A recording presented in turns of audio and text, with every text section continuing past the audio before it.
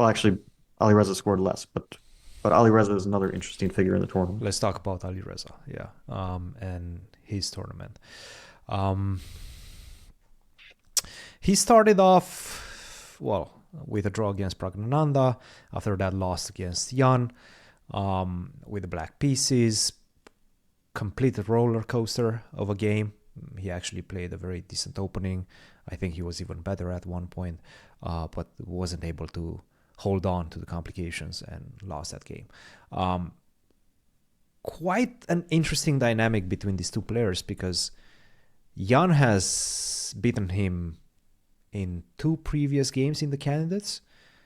This was the third consecutive victory in the candidates, but Alireza, whenever he faces Jan outside of the candidates, it feels like he has much more success, especially in recent times. I'm talking about the game in Tata Steel where he pretty much dismantled Jan with, I believe he played one knight c3, so quite a funny move.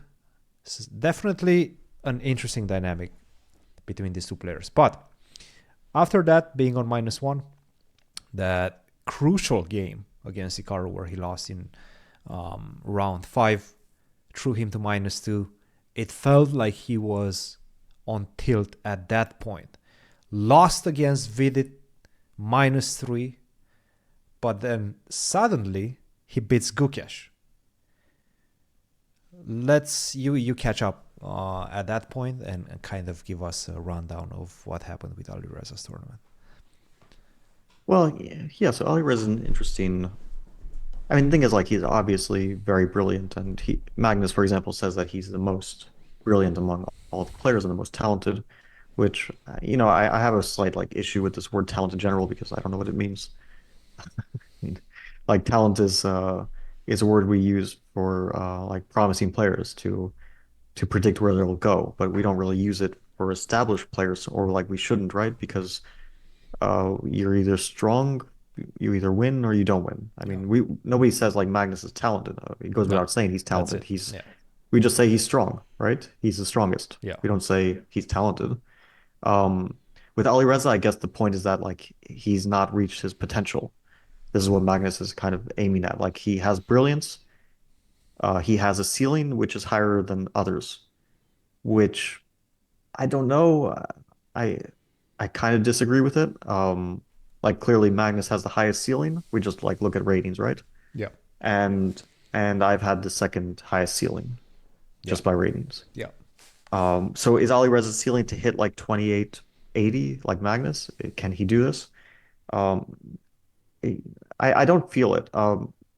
Like I definitely recognize that he's capable of playing really brilliant chess, but when I play him, I don't feel like this is the thing. Like sometimes I play Magnus, and of course you can fight with Magnus and you can beat him and you can outplay him and so on.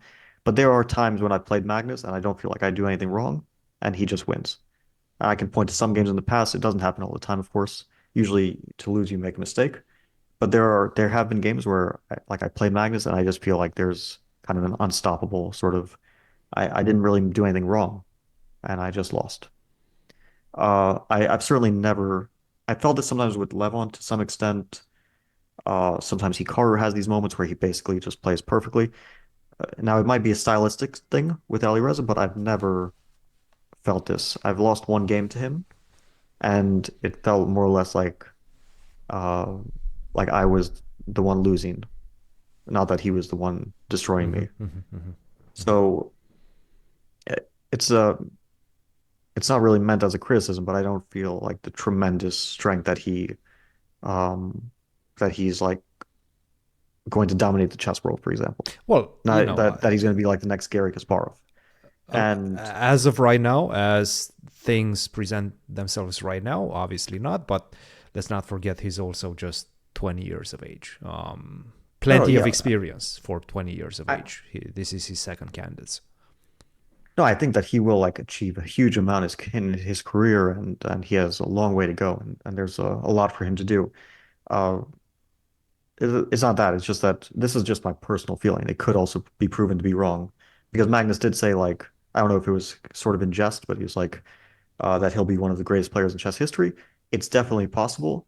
Or he could also be like a tremendous player, but not one of the best in chess history. That's also possible. If you imagine um, like some of the best players of today, you wouldn't say they're the best players in chess history, but you would say that they are tremendously strong players and brilliant players and so on. Like, I don't know, Wesley, right? Yeah. Like tremendously strong player. You probably wouldn't say one of the best in chess history, Sure. I guess. I Yes, mean, I he's wouldn't. like nothing, Obviously, no. not Of trying to take course not. anything away from Of course Wesley, not. but Yes, it's like a very high bar that you're setting. of course. He's not So, in top five. Let's just put it that way. Best, well, I mean, you would maybe not probably top put 10. like Uh, many world champions before you put for example me you would put many world champions, right? yes. Like you would start with, Magnus and Gary or in whatever order, and then maybe you would put Fischer, maybe you would put Lasker, maybe you would put Karpov, Vichy, and so on and so forth. Hmm. And Capablanca, I know there's a lot of like big Kappa fans, so I'm not gonna upset them. And yeah, so Alireza, the thing is like very clearly emotional when things aren't going his way. And things didn't go his way early on. That was just it. He lost to Jan in the second round. He didn't beat me. Then he didn't beat Nijat, and then I feel the tilt started a bit. That was like he's starting to get tilted. Then he has this massive blunder against Hikaru, like draw to losing in one move. I don't think it was a difficult. Like people said Hikaru was putting pressure. I actually just think like King D3 I thought was an attempt to win. That was my feeling. Hmm. If you want to draw, you can play. First of all, you can just start giving checks, right? You can also just play Rook D8 and you make a draw. Hmm. G3, King F3. Uh, Black gives a check and then brings the king to E4. And obviously, White is never winning once the king is on E4, but White is also never losing. Hmm. Or you can play Rook A8, and there's a million ways.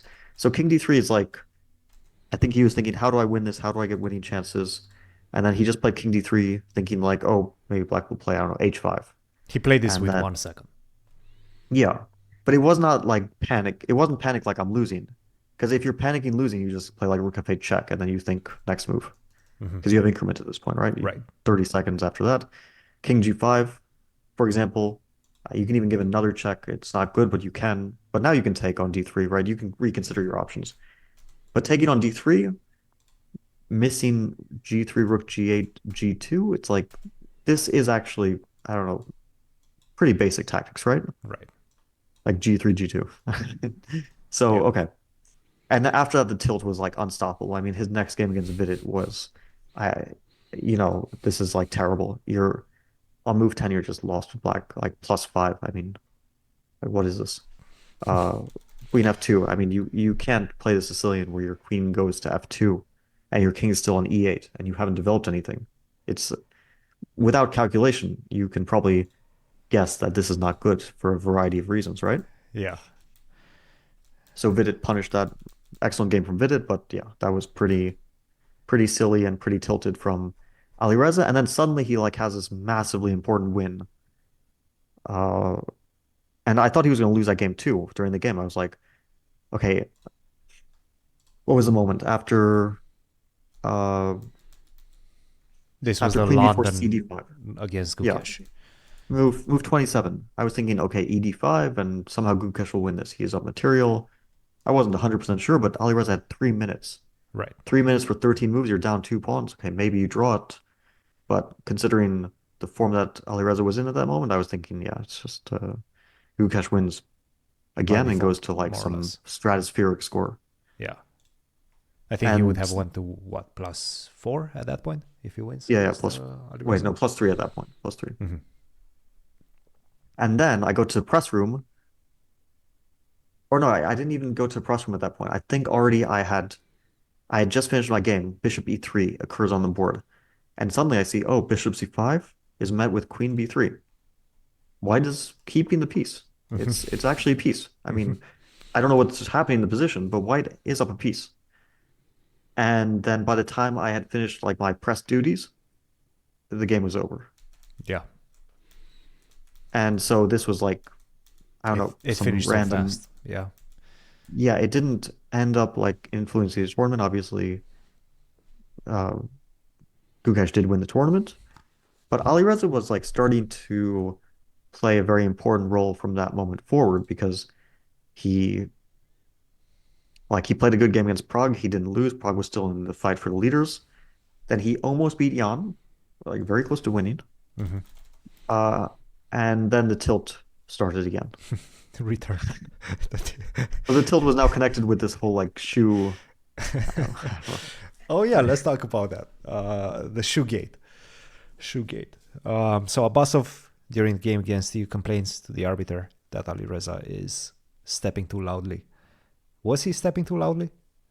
Well, the thing is that first of all, yeah. So he complained while it was Abbasov complained while it was his move, and I was at the board, and he like calls the arbiter over and says something. I don't hear what they say, some whispering, but I basically get the idea because I do also hear that, yeah, someone, but it wasn't just Ali Reza. Someone else was walking, and it was kind of loud, and I could see that Nijat was just getting kind of irritated by the noise. Fair enough. And then he complained. So I wasn't sure if it was Ali Reza or someone else, but. But yeah, then at some point I saw the arbiter like approach Ali Reza and say, "Well, I don't know what they said, but I can assume that it was like walk quieter." Yeah. And That's basically what the arbiter said after in his yeah, it's press basically a conference. non-story because okay, you get told to like walk quieter or whatever. I mean, it's not your move. It's not really distracting. Like there were so many more distracting things besides that. I mean, like in the last round in time trouble, uh, my game against Jan, like someone like faints Yes. and collapses, and I hear like this clatter of like some person falling on the ground upstairs, and then people like surrounding the person. It's like, okay, there's definitely more distracting things than being asked to walk a bit quieter when you have 40 minutes on your clock and you're standing up and it's not your move. So So this was not in his time trouble because I think these were kind of some of the questions that people were in two camps. Some people were saying that this happened in the middle of the game. The ones on Alireza's side were like, no, no, no, this actually happened when Alireza was getting down on clock, close time trouble, and basically this is what affected him. Um, and he didn't convert against Jan from a very good position. no, he Fair he had enough. plenty of time. He was walking around. It was the arbiter approached him when he was walking around. Mm. Um, but okay, I think that was basically the story of his tournament. It like ended with this game against Jan, and then he lost a bunch of like important games to all the leaders. Like first to me. Okay, then he beat Nijat. It was kind of irrelevant, obviously, at that point. Then he lost to Hikaru, and then he lost to Gukesh. So he kind of helped everyone except for Jan. But he did lose to Jan, so everyone had the same. I know Gukesh scored 1 out of 2 against him, and the rest scored 1.5. Yes. Okay, so you can't say he played like a huge role in the tournament, and objectively, it was a very poor tournament. He played poorly. He was never in contention. There's really not much to say. It was probably the most disappointing. Um, and again, I'm not trying to criticize him. Like I do think he's a great player. I do like him as a player. I do like him as a person. To some, I don't really know him, but seems like a nice person. But you just have to be objective about this. It was a very bad tournament, um, and I'm sure that he feels the same way. Like just a disappointing tournament for him. Yeah, and I mean, in general, during the candidates, you always have a few players that at some point, once they get thrown out of contention of the tournament, there are wildcards. Like anything can happen. They can get motivated, but they can also completely collapse. In our case, basically Abbasov and to some extent Alireza were the two players that completely Well, collapsed. not just. I mean, Alireza, Vidit, Vidit Prague, like maybe. near Hmm. the end, they didn't have chances and they weren't playing at their like motivated level.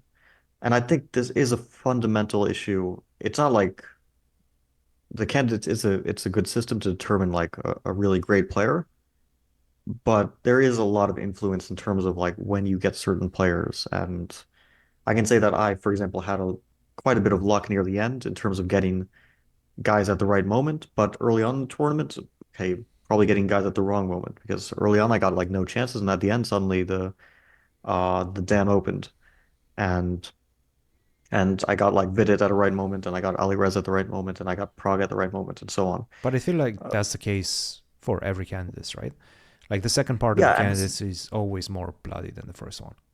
but this is the kind of fundamental problem with it because it's like people just no longer care once they're out of contention because Yes. only first place matters. Mm-hmm. Like in the World Cup, you kind of have to fight till the end because then it's you're eliminated, right? So once you no longer have chances, it's over. And then it doesn't really, it's not like but you influence the tournament in the candidates, so it's not over for you. It's over for you, but it's not over for the tournament, you know? Mm-hmm. And and you still like if you lose games, then it's like very important for the tournament or potentially. And if you win games, then it's very important. So even if you have no chance, you still play a very, very big role in the tournament. Now, the nice thing about this one was that in the last round, everyone who had chances played each other, Mm-hmm. which is kind of funny. Mm-hmm. But but definitely, if you have someone like a Basov who is like -7 and he's been getting beaten up all tournament, then imagine the last round. Like I play a dejected Basov and I win in like 20 moves, right? And this decides something very important. Yeah. Yeah. You could have something like this, you know? It's or in like in the first round, Basov is like super motivated. He's trying to make like some very solid game against Jan, and he's really like playing Abasov in the first round, probably not great. Playing him in like the later rounds, probably quite good. Mm-hmm. And there's different things like this, but you know, I think that the whole system, maybe not the candidates itself, but definitely leading up to the candidates. Maybe we'll get into this at some point, but it needs a revision. Like the Yes. qualification for the candidates is a complete mess, I think, and even more so this time around. Like the FIDE circuit is probably the dumbest thing I've ever seen. I think there's a big discussion about that with It's Anish no, no, whoever is saying it's dumb spearheading. is Uh, absolutely correct. I could like show you things from the FIDE circuit, but it's maybe a bit outside the scope of discussion. But like the way that points are allocated, it's so absurd. I mean, I just wanted to point out that um, Maxim Chigaev, who's an excellent player, nothing to, not to take anything away from him, mhm, but he got third place in the Menorca Open. mhm, Third place. mhm. He got nearly the same amount of points as I did for +3 in the candidates. Mm. Third place in the Menorca Open is like I don't know what his performance was, 2680. 2650, 2680, something like that. Yeah. I mean, it just doesn't make sense Yeah, because yeah, in of open course. tournaments you're only taking the top eight as an average, but you're mostly playing people who are not in the top eight. So open tournaments are being like valued super highly because let's say you have an open tournament with like I don't know Ergaisi and Prague and so on and so forth, and then the average rating of the top eight is like 2720. Right. But mostly these guys play like 2300s and then they play like one game against a 2700. Yeah, I guess the way the CEO of FIDE, Emil, addresses this is he wants to make the whole process a bit more equitable for players that don't get the opportunities to play in top level events like the GCT, like the candidates, like the World Championship cycle, by incentivizing and let's say adding more points, adding more weight to the open tournaments. Okay, but if you want to do that, then I have a very simple solution. You just take, because ratings are democratic. Your rating goes up or down depending on the tournaments you play. Everyone has a chance to be 3000, everyone has a chance to be 1000, right? I mean, if you play well, if you win games constantly, your rating just goes up. Mm-hmm. And we see, for example, Arjun, to give his example as a player, is 2765. So what you do is you take the last 6 months average rating and you give a bunch of spots to the rating list. Last 6 months average rating to and you have to have a minimum like I don't know 40 games in that period. So there's no inactivity. And then you just take I don't know the top like four places if you want to do it by rating. So in that case you get by the current list you would But Hikaru, then me. there's also the discussion about being easier to preserve your rating in closed events um, rather than open events, for But example. that is like just by the rating list, we can actually see that that's not true because if you look at the players who have gone up recently, we have Arjun 2765, we have Noterbeck 2760, and then some of the players who you might consider like the kind of mainstream closed tournament guys like Wesley have dropped below them. Wesley, Lanier, Geary, uh, so on. So the rating system corrects itself. I mean, whether you play open tournaments or not, you have the guys who are performing better, they go up. The guys who are performing worse, they go down.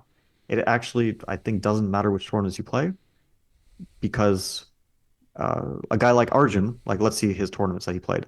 Grand K Open, he gained some rating. It was an open tournament. Menorca Open, he gained some rating. It was an open tournament. Then he's playing a closed tournament currently, the Siegmund tournament. He's gaining some rating. So Hmm. he's playing very well. He's gaining rating. Yeah. Now, uh, we can take a guy who is also playing open tournaments and see if they're also gaining rating or if they're losing rating. Like, I don't think that you're going to see a pattern like people who play open tournaments, they all lose rating. I mean, Arjun is gaining rating. Hmm. Uh, Gukesh, he played one closed tournament. Obviously, Kansas, he gained 20 points. Nepo, Jan, he played a closed tournament. He gained 12 points, but Alireza lost 23. Like, why do we have this idea that open tournaments lead to rating loss? I don't get it. I actually don't get it because people who got to like 2780 or whatever, they had to start by playing open tournaments. That's how Hmm. I gained my rating. Right. And when I first got to 2770, I got there by playing an open tournament.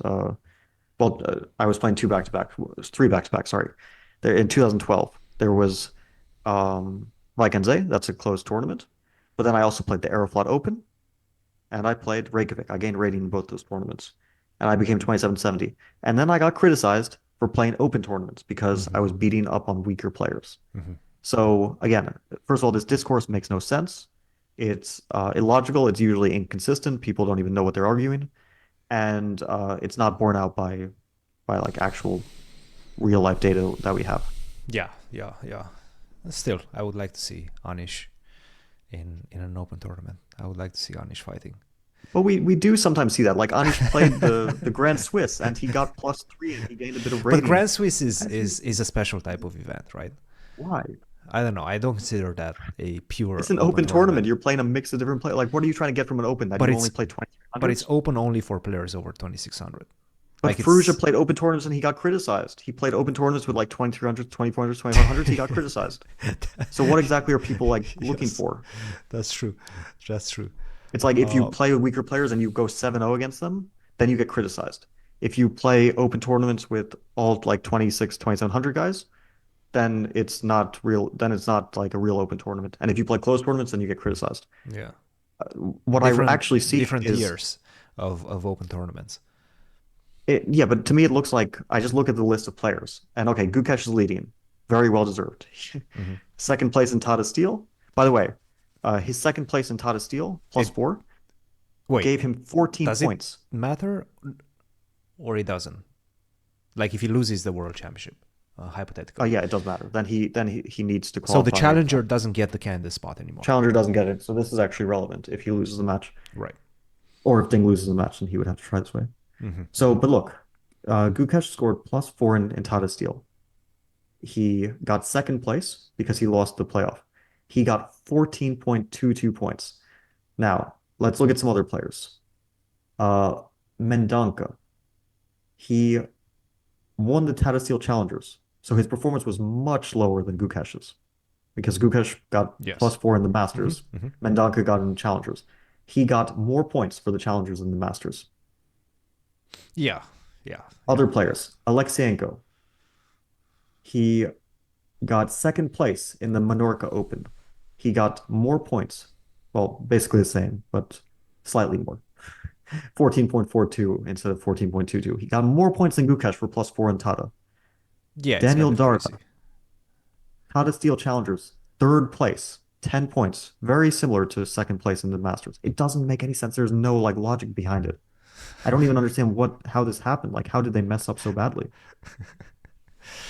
But they cannot Okay, I change can go on anything and right on. now. Yeah. Yeah, yeah. At Speaking this about point, the it's too system, late. I But don't think they can change it in the middle of it. We're still in a world championship, the next world championship cycle. So it has already no, but this started. like FIDE circuit is completely, and it actually decides two spots because next year there's also a spot by FIDE circuit. Yeah, So it is like two spots. Yeah. uh, a Do you think total they're going to mess. change it for next year? So leave it as is for this year and then change it for next year? I don't know if they can, but they should if they can. Yeah. I'm just like looking at this list and it makes no sense. I mean, Like you'll still get a okay. Hans got 20.82 points for his Grand K Open. S- Six six and a half more points than Gukash for +4 in Tata Steel Masters, which by the way is like a 2850 performance or something. Yeah, And you win an open tournament, you get 6 points more. What the hell is this? pretty crazy. Pretty crazy. Okay, back to the candidates. Uh, that was a roundabout. Okay, back to the candidates. Done with Alireza.